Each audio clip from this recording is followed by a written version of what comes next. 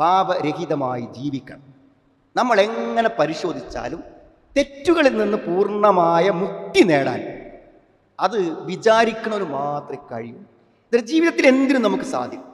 മനുഷ്യന് സാധിക്കാത്ത ഒന്ന് എന്താന്ന് വെച്ചാൽ നമ്മുടെ മനസ്സിനോട് ഇണങ്ങി വന്ന തിന്മകളെ, ദേഹേച്ഛകളെ വേണ്ടെന്ന് വെക്കുക എന്ന് പറഞ്ഞാൽ അതൊരു സമരമാണ്. അതൊരു വലിയ സമരം. അതിൽ പരാജയപ്പെടുന്ന ഒരുത്തൻ, ആ പരാജയത്തിന്റെ ആഴം എത്രയെന്നറിയും നിങ്ങൾക്ക്? വമാ അസ്വാബകും മിൻ മുസീബത്തിൻ ഫബിമാ കസബത് ഐദീകും വയഅഫു അൻ കസീർ. നിങ്ങൾക്ക് എന്ത് വിപത്തുക്കൾ വരുന്നുണ്ടോ അതെല്ലാം നിങ്ങൾ തന്നെ ഉണ്ടാക്കിയതാണ്. ബിമാ കസബത് ഐദീകും, നിങ്ങളുടെ പ്രവർത്തന ഫലമായിട്ടാണ് നിങ്ങൾക്ക് മുസീബത്തുകൾ വരുന്നത്. എന്നാൽ നിങ്ങൾ ചെയ്തതിനൊക്കെ അല്ലാഹ് നിങ്ങൾക്ക് മുസീബത്ത് തരുന്നുണ്ടോ? വയഅഫു അൻ കസീർ, അധിക കാര്യങ്ങളും നിങ്ങൾ ചെയ്ത അധിക തെറ്റുകൾക്കും അള്ളാഹു മാപ്പാണ്. എന്നാൽ അപൂർവം ചില തെറ്റുകൾക്ക് നിങ്ങൾക്ക് അള്ളാഹു തരുന്നുണ്ട്. വ്യത്യസ്ത സ്ഥലങ്ങളിൽ ഖുർആൻ ഇതേ ആശയം പറയുന്നുണ്ട്.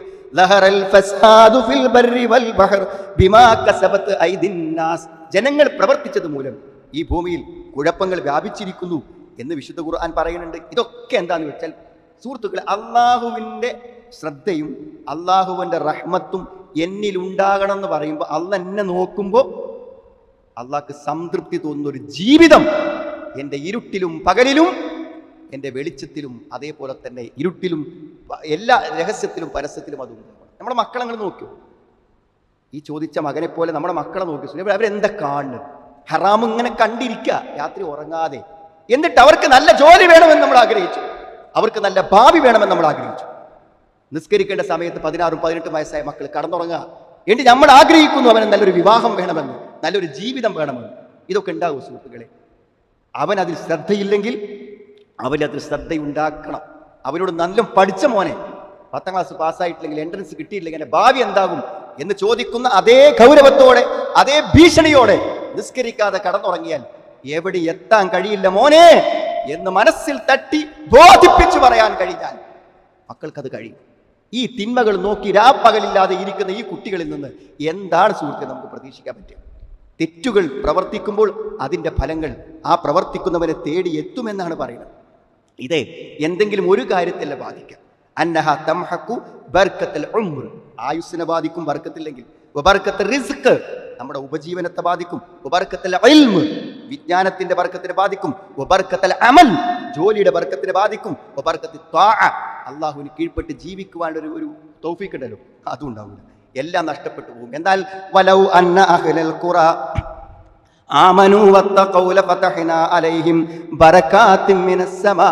എന്നാൽ ഒരു ഗ്രാമക്കാർ അല്ലാഹനെ സൂക്ഷിക്കും, വിശ്വസിക്കും, തഖ്വ പാലിക്കും ചെയ്യുകയാണെങ്കിൽ ആകാശത്തിന്റെ ബർക്കത്തിന്റെ വാതിലുകൾ തുറക്കുന്നുണ്ട്.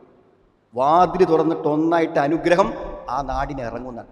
അള്ളാഹുവിന്റെ അനുഗ്രഹ കവാടങ്ങൾ നമുക്ക് നേരെ തുറന്നു വെക്കാൻ അത് മാത്രമേ വഴിയുള്ളൂ സുഹൃത്തുക്കൾ. ഇനി എന്തുകൊണ്ടാണ് ബർക്കത്തുകൾ എന്തുകൊണ്ടാണ് നമുക്ക് അനുഗ്രഹങ്ങൾ നിരാകരിക്കപ്പെടുന്നത്? ഒന്ന്, നമ്മൾ ചെയ്യുന്ന തെറ്റുകൾ. രണ്ടാമത്തെ കാര്യം തരങ്ങൾ ഭയങ്കരമായ ആർത്തി. ഈ ദുനിയാവിലെ അനുഗ്രഹങ്ങൾക്കും കാര്യങ്ങൾക്കുള്ള ഈ അടങ്ങാത്ത ആർത്തി ഉണ്ടല്ലോ, അത് മനുഷ്യന് യഥാർത്ഥത്തിൽ ഈ അനുഗ്രഹങ്ങളെ ഇല്ലാതാക്കുകയാണ് ചെയ്യുന്നത്. നമുക്ക് കിട്ടിക്കൂടെ സുഹൃത്തുക്കളെ, നമ്മൾ നല്ല മുതലായിക്കോട്ടെ, നല്ല സമ്പന്നനായിക്കോട്ടെ, പക്ഷെ ഇതിന് ആർത്തി കാണിക്കുക. ആർത്തി കാണിക്കുക എന്ന് പറഞ്ഞാൽ എന്താ? ആർത്തി കാണിക്കുക എന്ന് പറഞ്ഞാൽ സത്യസന്ധമായ വഴി അല്ലാത്തൊരു വഴി സ്വീകരിക്കുക. ഇപ്പം എല്ലാവരും ഓഫറുകൾ, തട്ടിപ്പുകൾ, ഓരോ സീസൺ വരുമ്പോൾ എന്തൊക്കെ പരിപാടിയാണ്. സത്യസന്ധമായി അവിടുത്തെ സെയിൽസ്മാൻമാരും അവിടുത്തെ ആൾക്കാരും പറയും ഇതൊക്കെ നിങ്ങളെ പറ്റിക്കാനുള്ള പരിപാടിയാണ് എന്ന് പലപ്പോഴും പറഞ്ഞിട്ട് ആ ഒരു പറ്റിക്കലിനെ കുറിച്ച് പറഞ്ഞു. എല്ലാം അങ്ങനെയാണെന്ന് ഞാൻ പറഞ്ഞില്ല സുഹൃത്തുക്കൾ. പക്ഷെ അങ്ങനെയൊക്കെ മനഃപൂർവ്വം നമ്മുടെ കസ്റ്റമേഴ്സിനെയും ആളുകളൊക്കെ അവരുടെ ബുദ്ധിയില്ലായ്മയെ ചൂഷണം ചെയ്ത് നമ്മളെ ബിസിനസ്സിൻ്റെ സയൻസ് ഉപയോഗിച്ച് അവരൊക്കെ പറ്റിച്ച് കിട്ടുന്ന പണം കൊണ്ട് സമാധാനത്തോടെയും സൗഭാഗ്യത്തോടെയും ജീവിക്കാമെന്ന് ആരെങ്കിലും വിചാരിക്കുന്നുണ്ടോ? ഇന്ന ഹാദൽ മാൽ ഹുൽവത്തുൻ ഖദിറ. ഈ ധനമെന്ന് പറഞ്ഞാൽ നല്ല പച്ചപ്പുള്ളതും നല്ല മധുരമുള്ളതുമാണ്. ഫമൻ അഖദഹു ബിതീബി നഫ്സിൻ, അത് നല്ല നിലക്ക് ആരെങ്കിലും സ്വീകരിക്കുകയാണെങ്കിൽ ബൂരിക ലഹു ഫീഹി, അതിൽ അവർ ബർക്കത്ത് നൽകും. വമൻ അഖദഹു ബിഇശ്റാഫി നഫ്സിൻ, എന്നാൽ ആർത്തി, ഒരു സത്യവും സദാചാരവും നിയമവും ഒന്നും പാലിക്കാതെ പൈസ ഉണ്ടായാൽ മതി, വേറെ ഒരു ചിന്തി മനസ്സിലില്ല, വേറൊരാലോചന, സ്വന്തം ഭാര്യയും മക്കളും കൂടി മനസ്സിലില്ല, പള്ളിയും നിസ്കാരമൊക്കെ പോട്ടെ, ഒന്നും ഓർമ്മയില്ല, ഓട്ടം, ഒരു നിയമമില്ല, ഒരു സത്യസന്ധതയുമില്ല, പറയുന്നതിൽ ഒരു ഒരു നിലക്കുള്ള പടച്ചോനപ്പേടി ഇല്ലാതെ ചെയ്യുന്ന ധനമുണ്ടല്ലോ, വമൻ അഖദഹു ബിഇശ്റാഫി നഫ്സിൻ ലം യുബാറക് ലഹു ഫീഹി, അതിൽ അവന് ബർക്കത്ത് ലഭിക്കില്ല. വകാന കല്ലദീ യഅകുലു വലാ യശ്ബഅ, അവൻ തിന്നിട്ട് വയറ് നിറയാത്തവനെ പോലെ.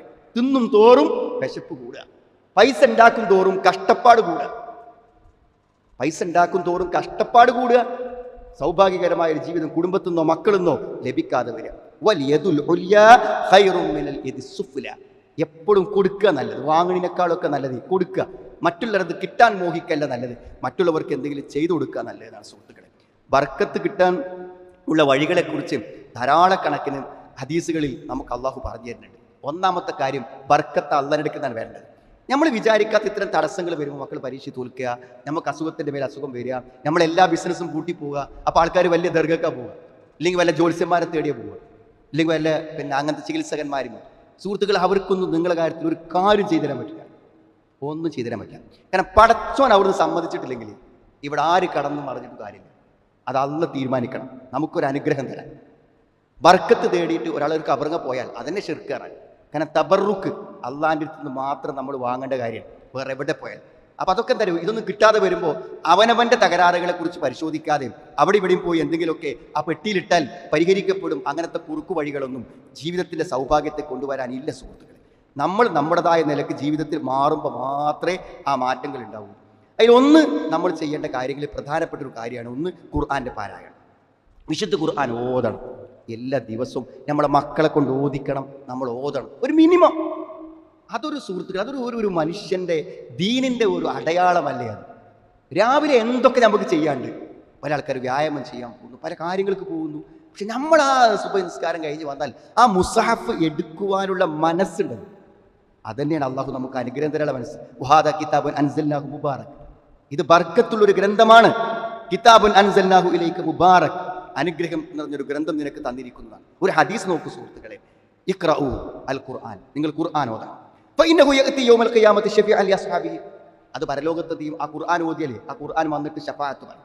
പരലോകത്ത് ഗതിയില്ലാതെ നിൽക്കുമ്പോൾ നമ്മളെ രക്ഷപ്പെടുത്താൻ ആ പാരായണങ്ങൾ വരും. ഇഖ്റഉ സഹറാവൈനി, സഹറാവൈൻ പ്രശോഭിതമായ രണ്ട് സൂറത്തുകൾ, ഒന്ന് അൽ ബഖറയും ആൽ ഇംറാനും. അത് നിങ്ങൾ പ്രത്യേകമായിട്ട് ഓതണം. ഫഇന്നഹുമാ തഅതിയാനി യൗമൽ ഖിയാമത്തി കഅന്നഹുമാ ഗമാമത്താൻ, ആ പരലോകത്തെ കഠിനമായ ചൂടിൽ രണ്ട് മേഘങ്ങൾ തണലിട്ട് വരുന്ന പോലെ മേഘത്തണലുകൾ, അവ രണ്ടും രണ്ട് മേഘത്തണലുകളായി വരും. ഔ കഅന്നഹുമാ ഗയായതൈനി ഔ കഅന്നഹുമാ ഫിർഖാൻ മിൻ തൊയ്രിൻ സവാ, അല്ലെങ്കിൽ നിരന്നു പറക്കുന്ന പക്ഷികൾ ചിറക് വിടർത്തിയപ്പോൾ അതിൻ്റെ താഴെ കിട്ടുന്ന ഒരു നിഴല് പോലെ, തണല് പോലെ നിങ്ങൾക്കൊരു തണലായി അത് വരുന്നതാണ്.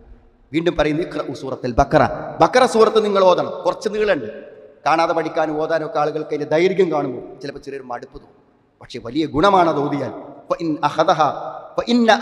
ബർക്ക, അതൊരാൾ ഓതുകയാണെങ്കിൽ അതവന് ബർക്കത്ത് കിട്ടും. അതൊരാൾ ഉപേക്ഷിക്കുകയാണെങ്കിൽ അതവന് ഹസ്രത്താവും. ഓതാതെ വിട്ടുപോയാൽ വലിയ നഷ്ടം പറ്റുന്നതാണ്. വല തസ്തതിഉഹാൽ ബതല, ഈ സാഹിറന്മാർക്കും ജ്യോത്സ്യന്മാർക്കും ഒന്നും അത് ഓതാൻ കഴിയില്ല. കാരണം അതൊക്കെ അവർക്കെതിരാണ്, അതിൻ്റെ ആശയങ്ങളും കാര്യങ്ങളൊക്കെ അവർക്കെതിരാണ്. അത്രമാത്രം നമ്മുടെ ജീവിതത്തെ സ്വാധീനിക്കാൻ ശക്തിയില്ല. അപ്പോൾ ഖുർആൻ പാരായണം, ഖുർആൻ ഓതണം.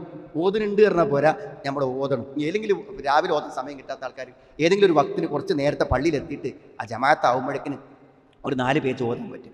ഖുർആൻ്റെ പാരായണം നമ്മുടെ മക്കളെ ശീലിപ്പിക്കണം, നമ്മൾ ശീലിക്കണം. അത് നമ്മുടെ ജീവിതത്തിൽ അനുഗ്രഹം വരാൻ പറ്റുന്ന ഏറ്റവും വലിയ കാര്യം. മറ്റൊരു കാര്യം സുഹൃത്തുക്കളെ, മാതാപിതാക്കളെ പരിഗണിക്കുക. ഇന്ന് മാതാപിതാക്കൾ എല്ലാവർക്കും ഒരു ഭാരം. നമ്മുടെ ഭാര്യയ്ക്കും അല്ലെങ്കിൽ നമ്മുടെ വീട്ടുകാർക്കും ഒക്കെ സൗകര്യം ഇപ്പം എന്താ, ഉമ്മയും വാപ്പിയും കൂടെ അല്ലാതൊക്കെ എല്ലാവർക്കും സൗകര്യം. അവരെ നോക്കണ്ട, അവർക്ക് മരുന്ന് കൊടുക്കണ്ട, അവരെ കൊണ്ടുനടക്കണ്ട, അവർക്ക് ഭക്ഷണം ഉണ്ടാക്കി കൊടുക്കണ്ട. സുഹൃത്തുക്കൾ, അവരെ മാറ്റി നിർത്തി നമുക്ക് സൗകര്യമാവുന്നല്ലേ? അവരെ മാറ്റി നിർത്തുമ്പോൾ നമ്മുടെ സൗകര്യങ്ങൾ ഇല്ലാതാകും, നമ്മുടെ അനുഗ്രഹങ്ങൾ നിരാകരിക്കപ്പെടും. അവിടെ നമ്മളൊരു എക്സ്ട്രാ ചെയ്യുമ്പോഴാണ് നമുക്കതിൻ്റെ അനുഗ്രഹങ്ങൾ കിട്ടുക. അത് വളരെ കൃത്യതയോടുകൂടെ അത് നിർവഹിക്കാൻ നമ്മൾ എന്ത് ചെയ്യണം? നമ്മുടെ സൗകര്യങ്ങൾ പലതും മാറ്റി വെക്കുമ്പോഴാണ് നമ്മളിലേക്ക് എന്ത് ചെയ്യുക? സൗഭാഗ്യം വരിക. മറ്റൊന്ന്, നമസ്കാരം വളരെ കൃത്യതയോടുകൂടി ആ സമയത്ത് എന്ത് ചെയ്യണം? നമസ്കാരം നിർവഹിക്കുക എന്നുള്ളതാണ്. ഇത് വളരെ പ്രധാനപ്പെട്ട കാര്യം. നമ്മളൊക്കെ നിസ്കരിക്കുന്നുണ്ടാവും, പക്ഷെ നമ്മുടെ തിരക്കുകളിൽ നമ്മൾ നിസ്കാരത്തിൻ്റെ സമയത്തിലൊരു പ്രാധാന്യം കൊടുക്കുമ്പോൾ അള്ളാഹ് നമ്മുടെ ജീവിതത്തിൽ ഇടപെടും കൃത്യതയോടുകൂടെ. അതേപോലെ തന്നെ എന്തെങ്കിലും തൊഴിലുകൾക്ക് നമ്മൾ പോകുമ്പോൾ നേരത്തെ പോകാൻ, രാവിലെ ഇറങ്ങാം. അല്ലാഹുമ്മ ബാരിക് ലി ഉമ്മത്തി ഫി ബുകൂരിഹ, നേരത്തെ. നമ്മുടെ കുട്ടികളൊക്കെ നേരത്തെ നീപ്പിക്കാം, നേരത്തെ അവിടെ കാര്യങ്ങൾ ചെയ്യാൻ ശ്രമിക്കാം. എല്ലാവരും വളരെ വൈകി ഉറങ്ങി വളരെ വൈകിയാണ് എന്ത് ചെയ്യണത്, എഴുന്നേൽക്കുന്നത്. അത് ആ കുട്ടിയുടെ ജീവിതത്തെ തന്നെ പ്രതികൂലമായി ബാധിക്കും. നമ്മളതൊക്കെ പറഞ്ഞ് മനസ്സിലാക്കി, വെറുതെ ചീത്ത പറഞ്ഞു അവൻ്റെ ജീവിതത്തിൽ അനുഗ്രഹങ്ങൾ ലഭിക്കാൻ. നമ്മുടെ മക്കൾ നന്നാണ് നമ്മൾ ആഗ്രഹിക്കുന്നത്. ഇതൊക്കെ ഉണ്ടോ സുഹൃത്തുക്കൾ? ഖുർആൻ ഓതലുണ്ടോ? ഒരു വക്തിന് നിസ്കരിക്കലുണ്ടോ? അതേപോലെ തന്നെ ഈ പറയപ്പെട്ട കാര്യങ്ങൾ അവർ ചെയ്യാറുള്ളതില്ല. നമസ്കാരം കൃത്യമായി നിർവഹിച്ചാൽ അള്ളാഹു നമുക്ക് എല്ലാം തരും എന്ന് ഖുർആൻ തന്നെ പറയുന്നു. വഅ്മുർ അഹ്ലക ബിസ്സലാ വസ്തബിർ അലൈഹ ലാ നസ്അലുക റിസ്ക നഹ്നു നർസുക വൽ ആഖിബതു ലിത്തഖ്വ. നിന്റെ കുടുംബത്തോട് നീ നിസ്കരിക്കാൻ കൽപ്പിക്കുക, അതിൽ നീ ക്ഷമ അവലംബിക്കുക. നിന്നോട് ഞാൻ ഉപജീവനം ചോദിക്കുന്നില്ല. നഹ്നു നർസുക, നിനക്ക് ഞാനാണ് റിസ്ക് തരുന്നത്. വൽ ആഖിബതു ലിത്തഖ്വ, തഖ്വക്കാണ് നല്ല പര്യവസാനം എന്നാണ്. ഇതിന്റെ വ്യാഖ്യാനത്തിൽ ഇമാം ഇബ്നു കസീർ റഹ്മത്തുള്ളാഹി പറയുന്നുണ്ട്, ലാ നസ്അലുക റിസ്കൻ നഹ്നു നർസുഖുക എന്ന് പറയുന്നതിന്റെ അർത്ഥം യഅനി ഇദാ അഖദ്ത സ്വലാ അതാക റിസ്ക് മിൻ ഹൈസു ലാ തഹ്തസിബ്. നീ ശരിക്കണം നിസ്കരിക്കുകയാണെങ്കിൽ നീ റിസ്ക് ഒന്നും തെരഞ്ഞു പോകേണ്ടി വരില്ല. നിനക്കുള്ള ഉപജീവനം നിന്നെ തേടി ഇങ്ങോട്ടേക്ക് വരും എന്ന് പറയാനാണ് ഈ ആയത്ത് സൂറത്തു താഹയിലെ 132-ാമത്തെ ആയത്ത്. മറ്റൊന്ന് സുഹൃത്തുക്കളെ, അള്ളാനെ ഏൽപ്പിക്കാം. ജീവിതത്തിൻ്റെ എല്ലാ സുഖങ്ങളും സന്തോഷങ്ങളും നമ്മൾ വാരിക്കൂട്ടാൻ ശ്രമിച്ചാൽ നടക്കൂല. നമ്മൾ സ്വസ്ഥവും സമാധാനമായിട്ട് എല്ലാം ചെയ്ത് ജീവിക്കാം, കഴിഞ്ഞ പോലെ പരിശ്രമിക്കാം. അള്ളാനെ ഏൽപ്പിച്ച കാര്യം അള്ള ചെയ്യും. അള്ളാഹുവിനെ ഏൽപ്പിച്ച കാര്യം അള്ള ചെയ്യും. അള്ളാഹുവിനെ മനസ്സുകൊണ്ട് കൃത്യതയോടുകൂടി ഏൽപ്പിച്ചിട്ടുണ്ടോ അത് ചെയ്യും. ലൗ അന്നക്കും കുൻതും തവക്കലൂന അലല്ലാഹി ഹഖ തവക്കുലിഹി ലറുസിഖ്തും കമാ യുർസഖു ത്വയ്ർ. പക്ഷിക്ക് ഭക്ഷണം കൊടുക്കണ പോലെ തരും പറഞ്ഞാൽ രാവിലെ പറന്ന് ചെന്നാൽ മതി, നമ്മളേക്ക് ഇറങ്ങിയാൽ മതി. നമ്മുടെ പരിശ്രമങ്ങളും കാര്യങ്ങളിലും എന്ത് വീഴ്ചകൾ വന്നാലും അള്ളാഹു അതൊക്കെ പരിഹരിച്ച് നമുക്ക് വേണ്ടത് തരും എന്നാണ് പറയുന്നത്. ഈ പറയപ്പെട്ട കാര്യങ്ങൾ നമ്മുടെ ജീവിതത്തിലും നമ്മുടെ മക്കളുടെ ജീവിതത്തിലും നമ്മൾ ഉറപ്പുവരുത്തണം. മറ്റൊന്ന് ഇസ്തിഗ്ഫാറാണ്.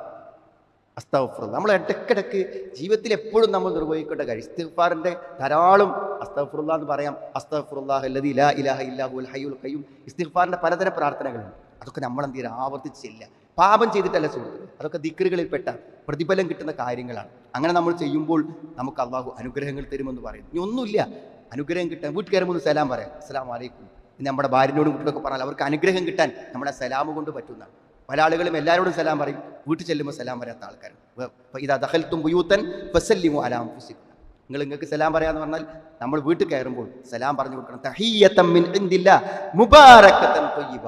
അള്ളാഹിന്റെ അടുക്കലുള്ള ഒരു തഹിയ്യത്താണ്, അത് ബർക്കത്തുള്ളതാണ്, ഏറ്റവും നല്ലതാണ്. ആ സലാമിൽ ബർക്കത്തുണ്ട്, അനുഗ്രഹമുണ്ട്. അത് നമ്മൾ പറയുമ്പോൾ അവർക്ക് ബർക്കത്തിന് വേണ്ടിയുള്ള ഒരു പ്രാർത്ഥനയാണ് എന്ന് നമ്മൾ എന്ത് ചെയ്യണം, ആലോചിക്കണം. ഇത്തരത്തിലുള്ള കാര്യങ്ങൾ നമ്മൾ ശ്രദ്ധിക്കുന്നുണ്ടോ, നമ്മൾ മക്കൾ ശ്രദ്ധിക്കുന്നുണ്ടോ ചോദിക്കുക. എന്നാൽ സുഹൃത്തുക്കളെ, നമുക്ക് ഈ ചോദ്യം ഒഴിവാക്കാൻ പറ്റും. എന്തൊരു കുരുത്തം കിട്ടാത്തത്, എന്തൊന്നും നേരാവാത്തത്, എത്ര പൈസ ചിലവാക്കി, എത്ര സമയം ചിലവാക്കി എന്ന് നമ്മൾ പറയും.